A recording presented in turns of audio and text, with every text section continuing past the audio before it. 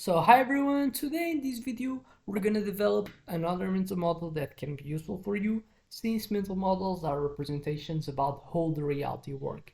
And as much more you got these patterns that are used for other ones and obviously patterns that includes as well feedbacks that certain specific actions that were taken. So they got obviously so as much more you grasp them better you will predict the reality, and as much better you predict the reality better you also prepare for the future. And we have seen that the history has shown that as much more you are good in predicting the future, as much more you have information, better so you will get in terms of prosperity, because as much more you know about reality you're going to take the best actions that creates benefits for you. And then so this is just possible if you're able to get truthful information, if you're able as well to handle that information. So it's useful for to be someone that's a good decision maker, someone that's got good information, and someone as well that has a good ability to systemize and absorbs and makes interpretation about that some data that we got. And then so its mental models plays both roles, can be useful so for in terms of being like information, it's like beliefs that you should adopt as well. Some of them are systems to approach certain things.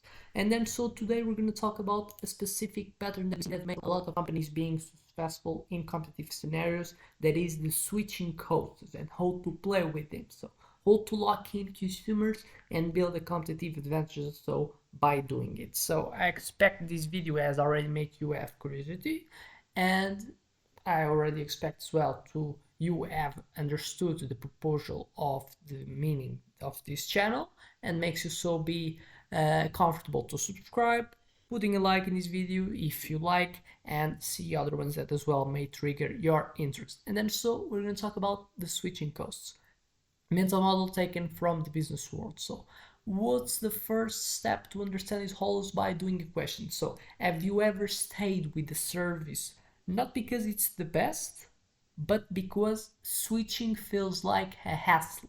So if is already had happened to you, so if you not have stayed, or if you have stayed in something but not because you feel it's the best, but because switching for other alternative feels to you like a hassle, so it's the switching cost in action. It's one of the most powerful business strategies to retain customers and create so long-term profits by increasing loyalty, so increasing repurchases. So that's what we're gonna break down, see how to not suffer with if you're in the position of the consumer, and if you're in a position of a business owner, see how to apply it. So what are the switching costs? Definitions, I think it's already a bit clear, but defining as well.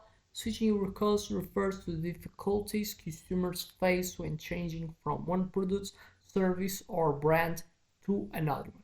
And what could be these difficulties? So can be financial, emotional, or effort-based barriers that make switching inconvenient or expensive.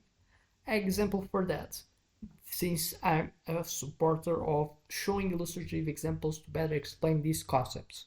Many products or many people stick with banks even if they dislike their service simply because transferring accounts is too much effort, a lot of bureaucracy. One of the best examples. But now I will say even more examples in terms of what could be the type of cost that exists. So we have the first one, financial costs. So direct costs like cancellation fees or new setup fees. Example is gyms memberships that charge exit fees. It's a type of thing that does what? What's like the main concept? What's like the fundamental principle is the way that business makes the opportunity cost of people canceling so the service that I provide, it's harder for them because the opportunity cost is increased because I kind of make input these costs if they try to do these actions. The first one so type is the financial costs, direct costs, examples, cancellation fees, and that's so they tend to set up in the process that people try to cancel so the service. We have other type of courses, learning courses. the time and effort required to adapt to a new system. Example, switching from Windows to Mac requires learning new functions, and neither obviously people will like it. And as well, so is something that makes people get more with confirmation. Emotional costs, losing familiarity, brand trust, or social connections. Example is people hesitate to switch social media platforms because their friends are on the current one. We have the data costs, losing access to past data history or customization. Example, Spotify users keep their playlist, making them reluctant to switch to another music service. Another type of cost is time and effort costs, the hassle of setting up a new product or service. Example, companies staying with old software because migrating to a new system is complex. So we see that we can input a diversified type, a lot diversified type of costs that we call input. Can be financial, can be in terms of learning, emotional, data, time and effort. So obviously if all applied in once, it even increases so how harder it is to change. And obviously it's all constructed, it's not something that is unintentional, the majority is intentional to make you so harder to lose. It doesn't exist burn, it doesn't exist churn. It's something that doesn't make some business profitable. But then I think it's clear what is switching cost. I think it's clear what are the types, could be potential types.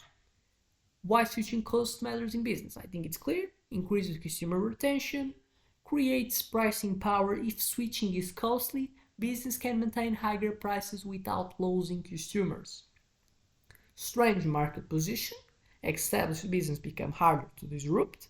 Improves long-term profitability, so loyal consumers bring recurring revenue and lower acquisition costs because we're not depending of what? Of the cost of acquisition of a client and the lifetime value that it brings. If I have the ability to retain, I'm not gonna have to cost that much to so making new acquisitions of clients because I don't have that much of churn.